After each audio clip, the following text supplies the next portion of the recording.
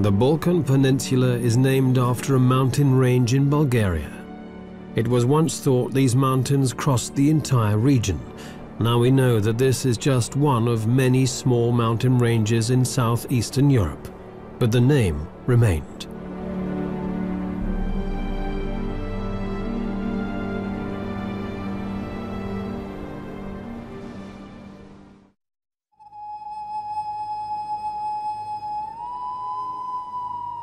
Dumitor lies in the north of Montenegro.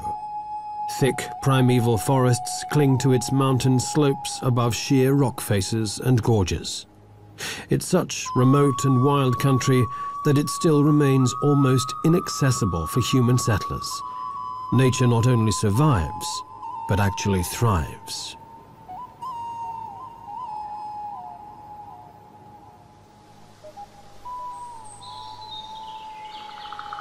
This is a truly ancient forest.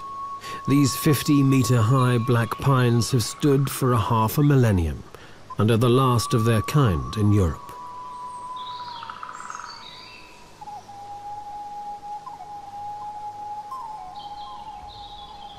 These secluded mountainous regions have guarded nature since before records were kept. The ancient forests still provide a safe haven for creatures that have virtually disappeared from the rest of Europe. Wolves still roam throughout the Dumitor Mountains, and their howl is a primal call of the wild.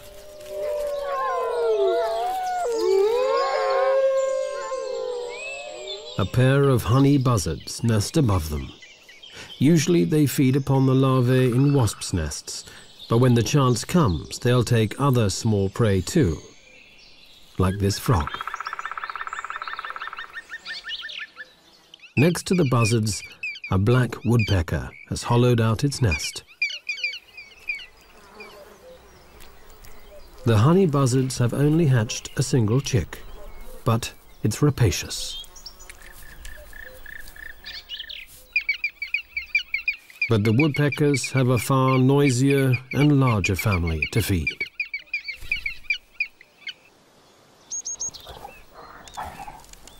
These mountains still remain as a home for the brown bear.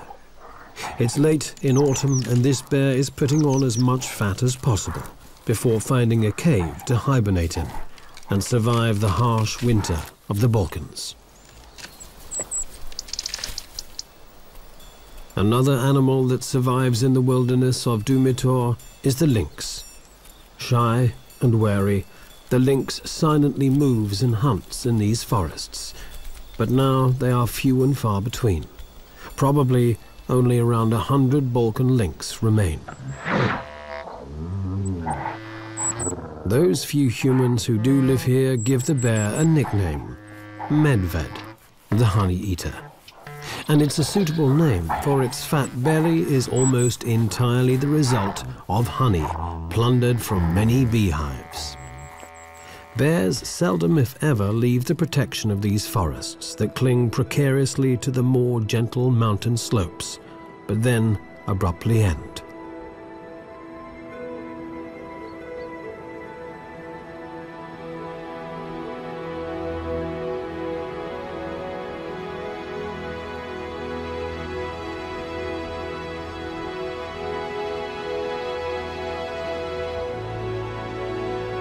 The gorges and chasms that cut into the Dumitor Mountains are the deepest in the Balkans.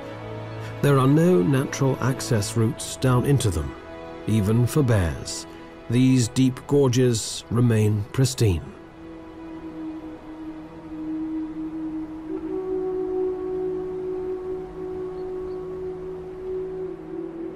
The greatest of them all is the Tara Canyon, a spectacular example of the raw power of nature. At 1,300 meters deep and 78 kilometers long, the Tara Canyon is the deepest and longest in the whole of Europe. Because the flowing water is turquoise blue and crystal clear like teardrops, local people have named this Europe's Tear.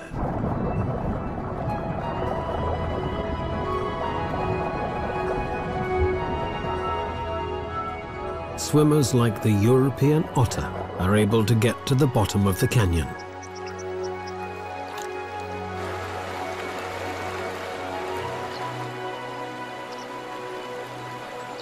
If Europe's tear does bring one to the eye, it's a tear of joy.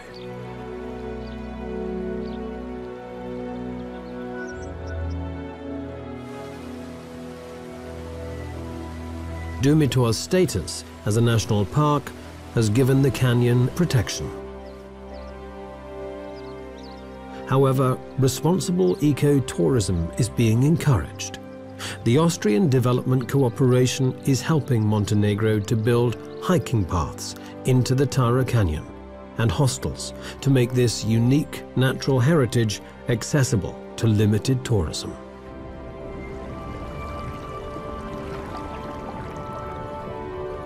Once in the water, the European otter is in its element. With a streamlined body, the otter swims effortlessly through the river while it hunts its prey, often river trout.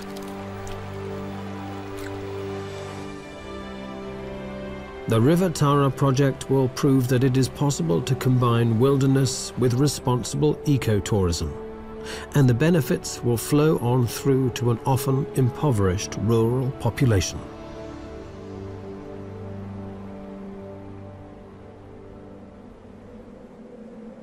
Over 1,000 meters above the Tara Canyon lies an almost barren landscape. This is a desolate plateau, almost the end of the world. Bleak, lonely, and seemingly deserted, but only at first glance.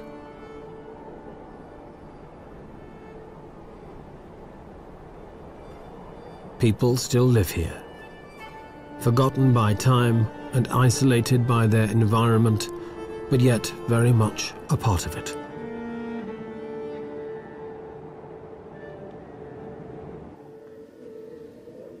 Stana Tserovic is one of the last Virginias, women who remain to do the hard work of the men, who left long ago in search of casual labor.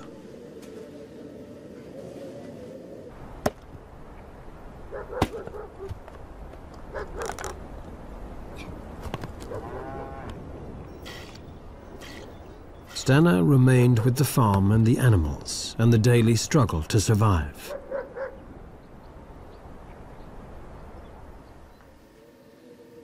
Her weather-beaten face has seen many winters and is deeply creased, almost like the Dumitor Massif itself.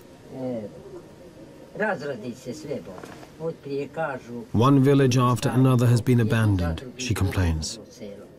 The neighbors are moving away.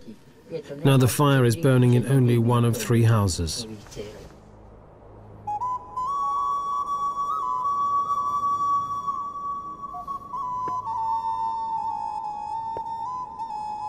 Stana has always lived here in Dumitor. The sparse vegetation can barely feed her 5 cows.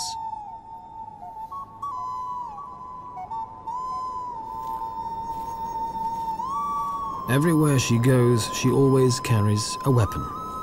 But just who gave her the old rifle remains her secret.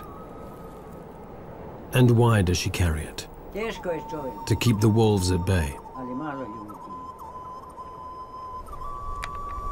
There are only a few people left around here, she says, and then adds, it is difficult to live up here.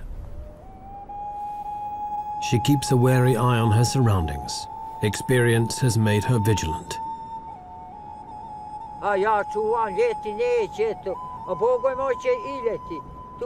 One night, she recalls, with fear creeping into her voice, the cows were on the range by themselves. Suddenly the wolves attacked and killed a calf.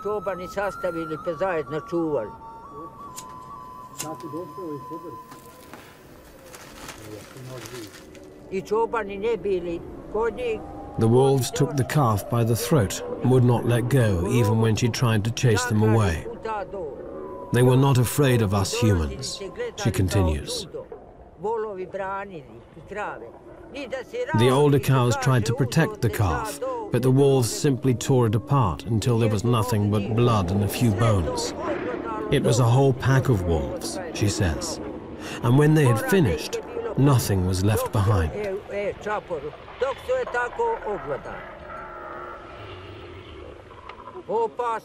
Stana is certain that wolves out hunting are dangerous. If they are really hungry, they will even attack human beings, she believes, although she admits that she has yet to see one do so. After all, one hungry man will also attack another. And of one thing she is absolutely convinced. If you run into a wolf in the snow, all on your own, and it is hungry, it will tear you into pieces, just like that. Although there has never been a single record of a wolf ever attacking a human here, when people are frightened, they will weave stories around those fears, and it's too easy to turn wolves into murdering beasts.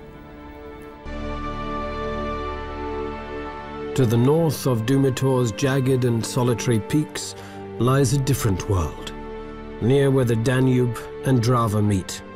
It is the river plain of Kopacki Rit.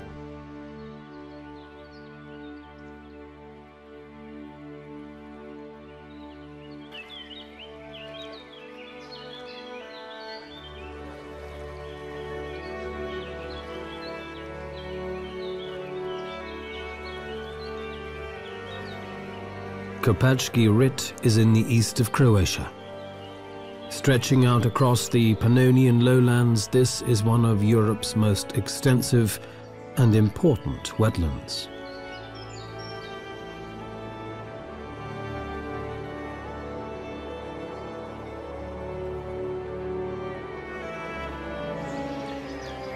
This is where one of the largest and oldest river forests to be found anywhere along the Danube grows. Over 260 different species of bird live here all year round, some of them in huge colonies. For about 3 months of every year, large parts of the forest are flooded by seasonally rising water. This is a great crested grebe with its recently hatched chick. Life just couldn't get any better.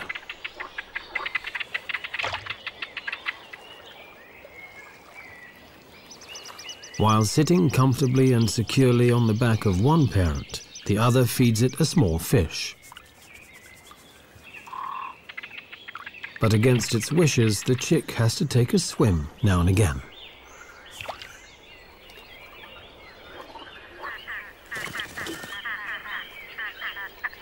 Although the chick is able to swim and dive as soon as it hatches, a ride on a parent's back is always preferred.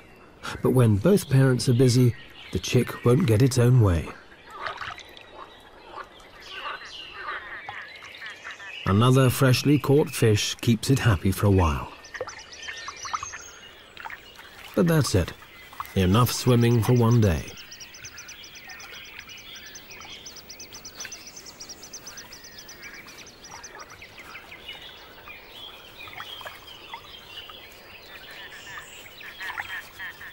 Persistence will always win in the end. At last, the chick can snuggle down between its mother's wings once again. For the moment, Kopacki Rit seems like paradise. But danger still lurks, though. For once, this was a war zone. During the Croatian War in 1991, the front line went straight through this area.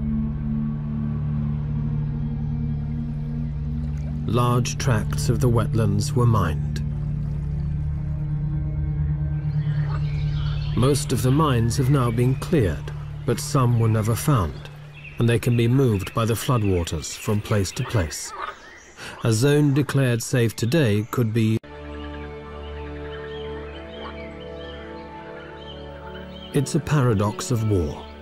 Keep people out, and nature returns.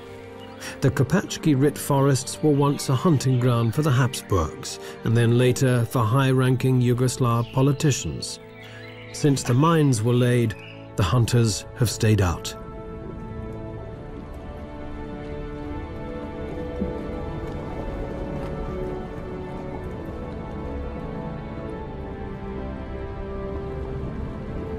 and so undisturbed by people or mines, all other life flourishes.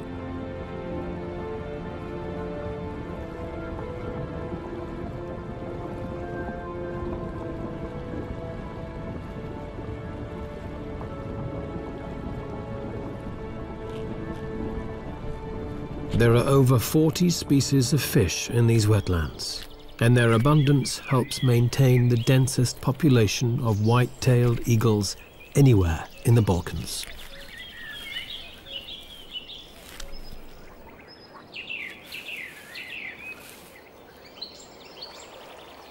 Few animals would dare to try and steal a white-tailed eagle's catch, but a wild boar is not just any animal.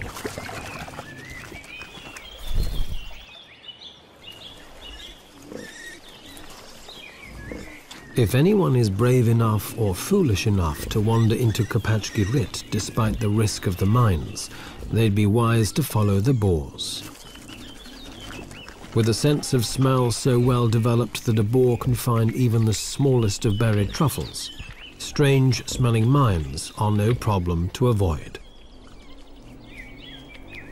And in fact, the trails and clearings used by the wild boars are reliably mine-free.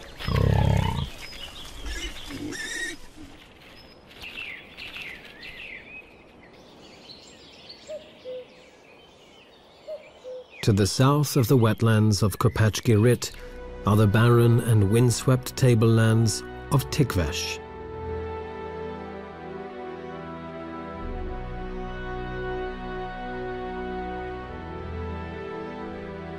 This is Macedonia, and Tikvesh is now the Balkans' last stronghold for vultures.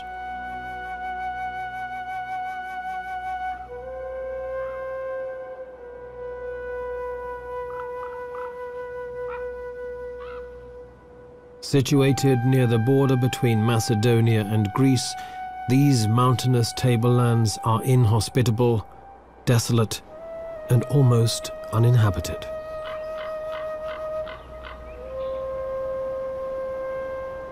Clouds move ominously across a landscape stretching to infinity, where the boundary between sky and earth becomes blurred.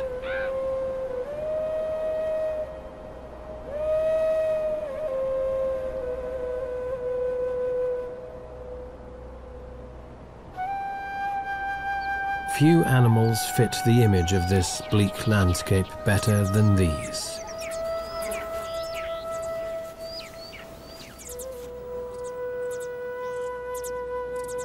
Griffon vultures in particular like to live in these rocky mountains, where the thermal updrafts can carry them up high with little effort.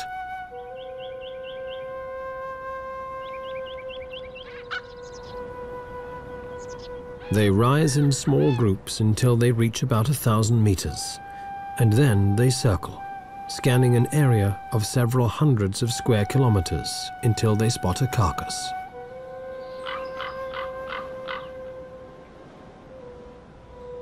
Griffon vultures normally live in large breeding colonies, building their nests on steep rock faces. These vultures were once widespread throughout the Balkans, but in the last 100 years they've been reduced to only a few breeding pairs. Toxic baits have helped to decimate them, but they've been hit even harder by the gradual disappearance of livestock. The vultures are carrion eaters, and each bird needs around half a kilo of meat each day. But now there are fewer carcasses of sheep, goats and cows, which they can rely on. And to make matters even worse, there is competition. Even when in flight, vultures are constantly harassed by ravens. Intelligent birds, they learnt long ago that where vultures settle, there is also something in it for them. The vultures have spotted a dead cow, but a gang of ravens is already there. As soon as the vultures try to get to work on the carcass, the ravens start pulling at their tails. Bad table manners it may be, but an effective strategy to distract the vultures.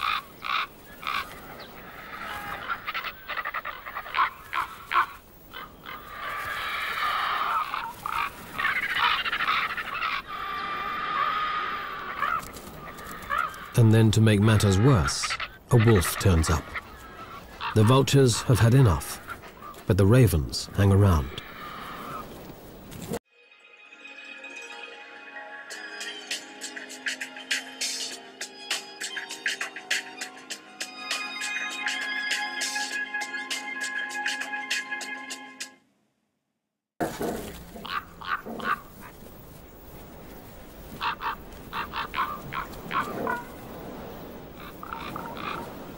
And even the wolf has trouble getting rid of them.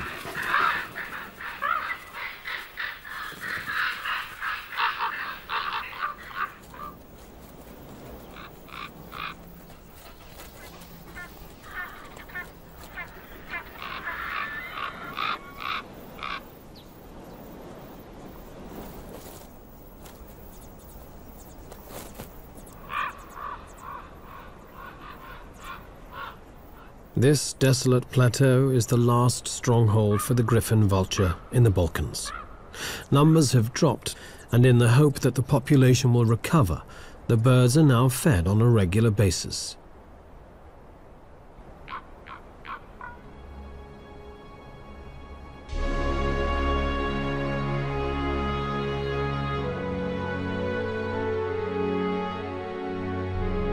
This is Skadarsko Jezero, or Skadar Lake.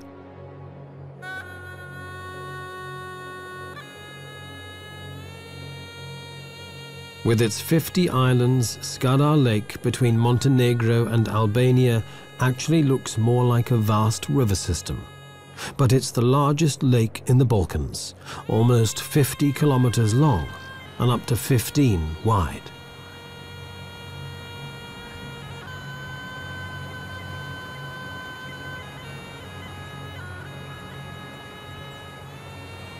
Depending on the season, water levels can fluctuate by up to 5 meters. In ancient Greece, there was a saying, Panta rei. Everything changes. Nothing stands still. Only change is constant.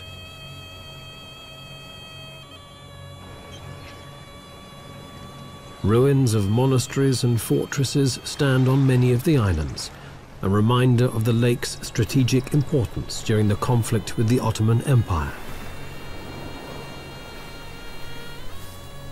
Some of the islands are actually just hills, but only connected to the mainland during a very dry summer. In the lake's northwest, on one of these hills, stands the fortified monastery of Kom, built in the 15th century. A monk of the Orthodox Church lives here alone, giving up his days to his faith and his belief in a better world through prayer.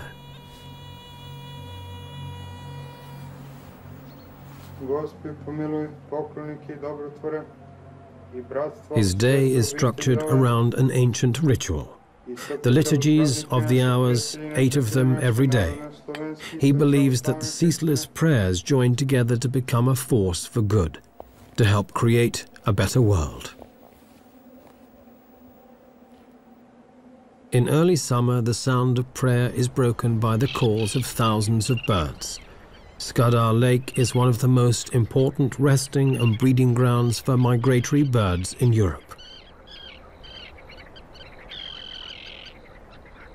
The part of the lake belonging to Montenegro has been a national park since 1983, and the Albanian part was declared a park in 2005. At this time of the year, water plants are spreading out their leaves, and dense reed beds are growing around the shores. The floating carpet of water lilies makes this a safe breeding ground for terns. Huge colonies build their nests, always to a cacophony of ceaseless screaming. Frogs are breeding too, and they join in the chorus. These floating islands are a sanctuary against predators, but it can be confusing. Not every tern finds its way back to its own nest straight away.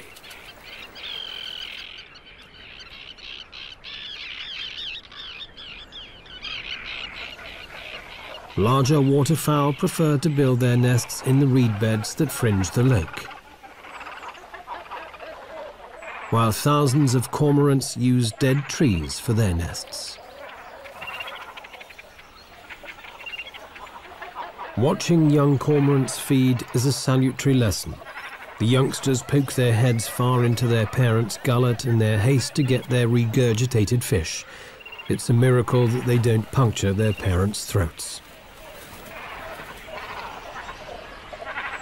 Other species breed in mixed colonies, like the elegant little egret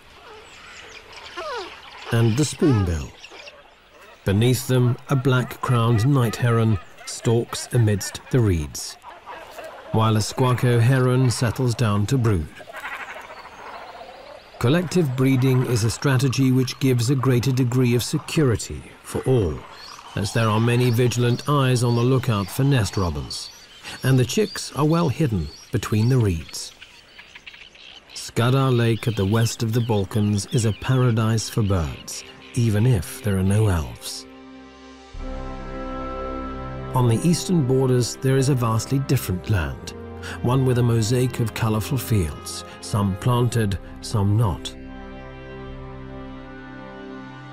This region is called Dobrucha, with its steppe grasslands in the northeastern tip of the Balkan Peninsula, between the Danube and the Black Sea. Only a few subsistence farmers live here. Fertile fields and fallow ground lie side by side, making the country resemble a quilt. Fertility and barrenness alongside each other. In May, the wild poppies and cornflowers sprinkle the cornfields with vivid colors. They thrive because here the farmers use little fertilizer and never spray their fields with pesticides. The plow is still horse-drawn, as it has been for centuries. In Dobrucha, many ethnic people, Bulgarians, Romanians, Russians, Tatars, and Armenians live side by side.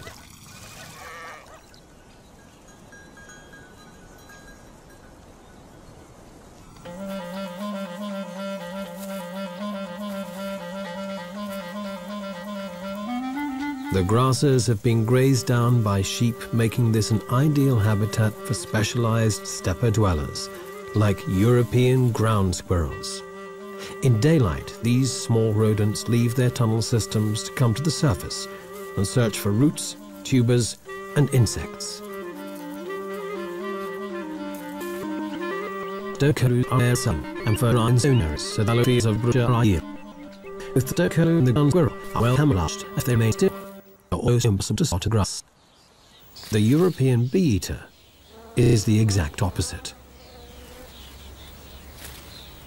These gaudy cave breeders flaunt themselves with their colorful plumage. Whether flamboyant and colorful like the bee-eater, or drab and inconspicuous like the curlew and squirrel, they all have something in common. They all require the same habitat: fallow, uncultivated land. Bee-eaters dig their nests into vertical cliff faces, but now so many riverbanks are reinforced, the birds must use gravel pits or abandoned agricultural land instead. But it's no great loss, since the bees and wasps the birds catch in flight are found all over the place.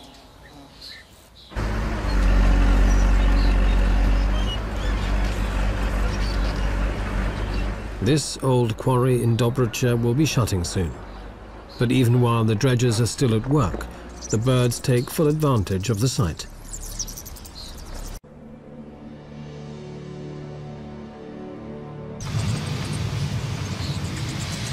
And this year they are joined by thousands of rosy starlings, which suddenly appear and also move into the quarry. This is fairly unusual, for rosy starlings come from India. They spend the winter on the subcontinent, then in summer they normally migrate to the Mongolian and Kazakh steppes.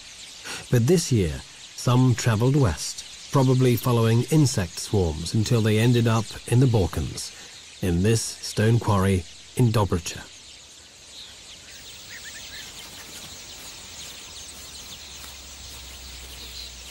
These birds need rock faces to nest and breed, so despite the heavy machinery, this quarry is an ideal choice. Rosy starlings have a short breeding season, and they'll be gone by August. No one knows if they'll return next year. But certainly this year they add another interesting hue to Dobric's rich palette of colours. From the colourful mosaic of Dobric's fields to the spreading water of the Delta Dunari, to the Sea of Mosquitoes. The Danube flows into the Black Sea and its delta stretches across Romania and the Ukraine. It's the world's largest reed habitat. These wetlands are home to 1,000 different plants and over 4,000 animal species. The best known of the birds is the pelican. Its huge pouched bill makes it instantly recognizable anywhere in the world.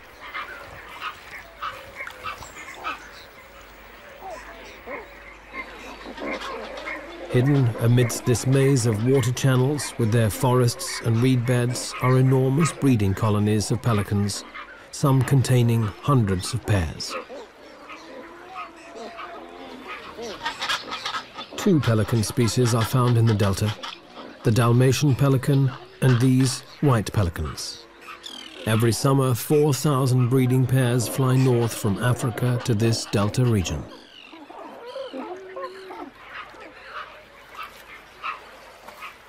Pelican nests are untidy, and chicks depend on their parents for 14 weeks, a long time for a bird.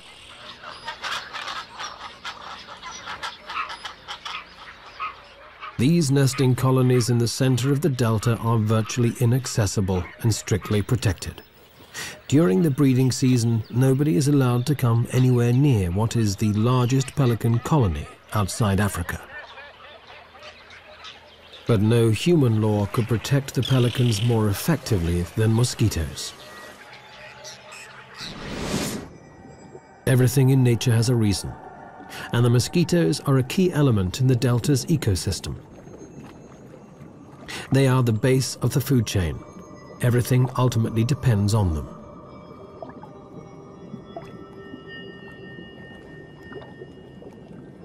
The biomass of mosquitoes in the Danube Delta is quite awe-inspiring. It's greater than that of all the other animals put together. It's the very foundation on which all other life in the Delta is built.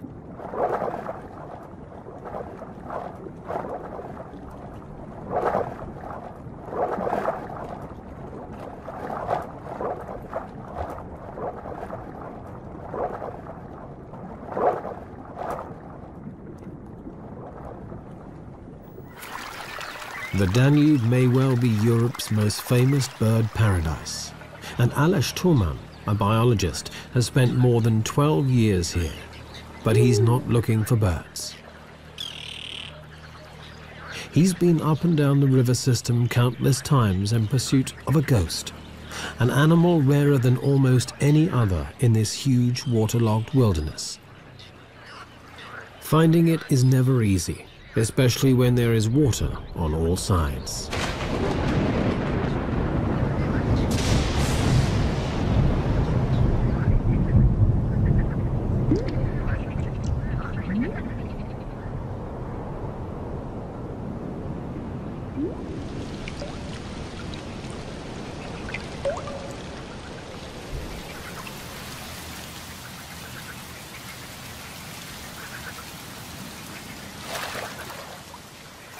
Aleš Toman is searching for the European mink,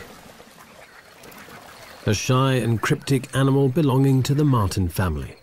The species was pushed to the edge of extinction when some of the larger and imported American minks escaped from fur farms and established wild populations. The native European minks were outcompeted, and the Danube Delta may well be their last refuge. In the summer months, when there is no shortage of food, the European minks occasionally venture out, but then only at night.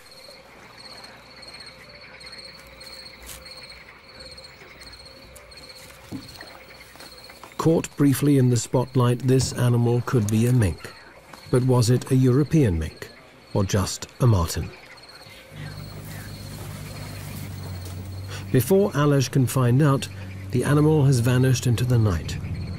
This happens so frequently that it calls for a radical change in tactics.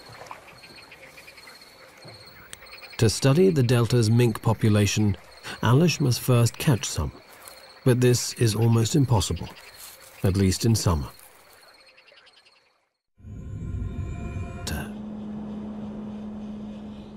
The lakes are frozen. Life seems to have come to a standstill. But only at first glance.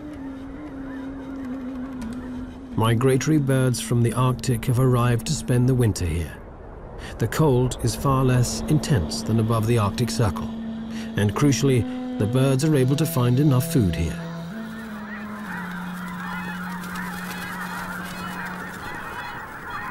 Whooper swans from northern Europe flock together in huge numbers.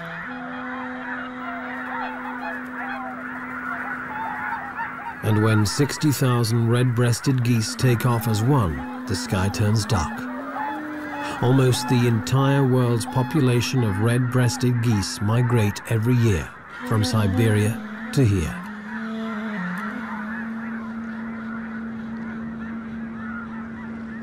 Human beings are the rarest species in the Danube Delta. This is the least densely populated region in Europe. Tourists only come in spring and summer, and UNESCO has declared the entire area a biosphere reserve. For the few permanent human residents, winter is harvest time. Fish and reeds earn them a modest income.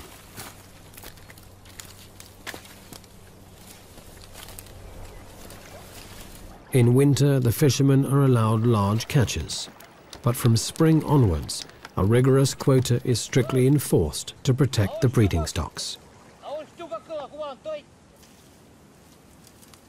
Humans are not the only ones to discover that reeds can be used in many different ways. For the harvest mouse, the reeds provide both nesting material and food.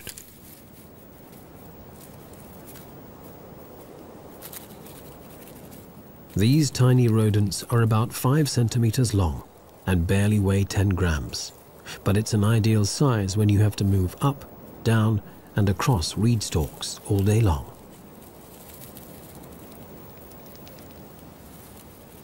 Their tail is longer than their body, but it needs to be. As the mice move back and forth across the shaky and unstable stalks, they often need a safety rope. Sometimes the mouse even grabs the stalk with its tail and hangs head first.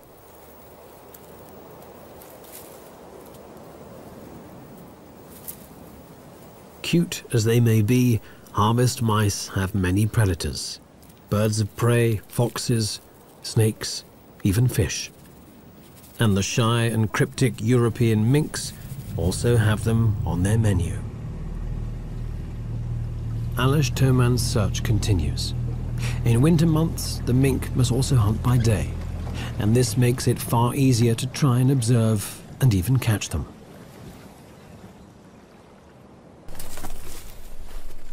The biologists have changed their tactics. They now set live traps which won't harm the animals when caught. Every day the men put out about 50, leave them overnight, then check them the next morning. One trap's got something, but not what they want. Ah, it's red only. Next time. Okay.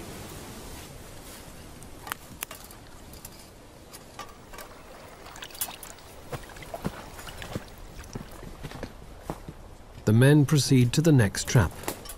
Will they be any luckier?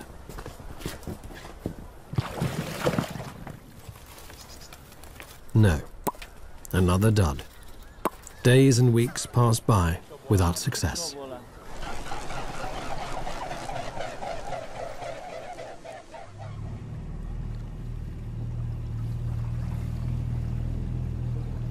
Another day, another try. Not many traps left to check now. Hopefully, no more rats.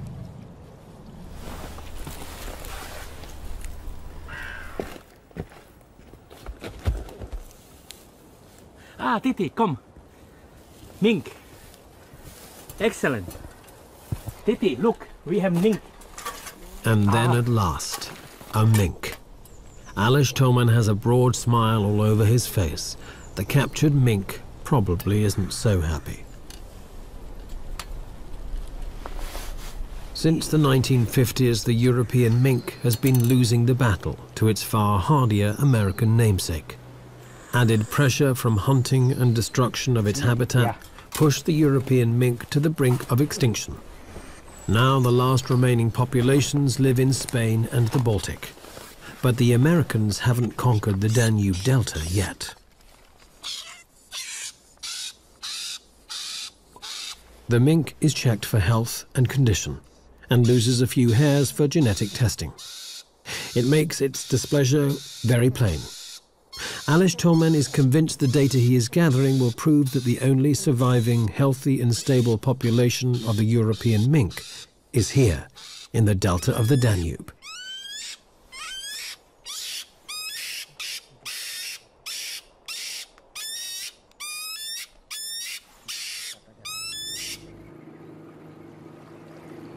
All in all, it was a good day. Alish found minks in another 3 traps. The sun is already low when the 2 researchers start heading for home. But the day is not quite finished yet. The delta turns on an amazing natural display.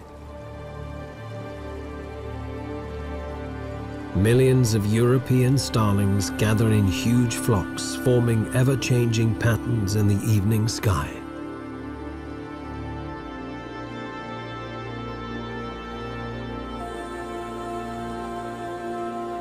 The flock hangs in the air like a swarm of midges, then shifts and changes. For the birds, it's time to find a roosting site for the long, cold night.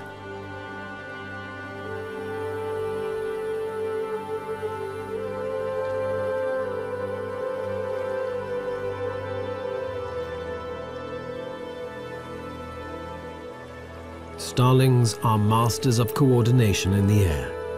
No matter how many or how small the space between, the birds never crash into each other.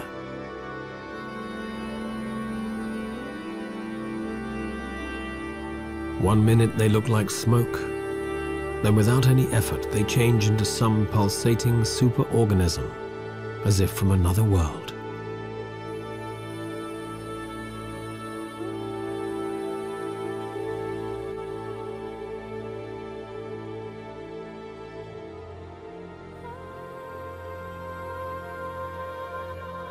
Despite its reputation, the Balkans is not the land of doom and shadow. Instead, it is a magical and beautiful place, always changing, just like the flocks of starlings in the evening sky. The Balkans may still be coming to terms with its recent history of conflict, but it has always been a place where people and their diverse cultures have lived.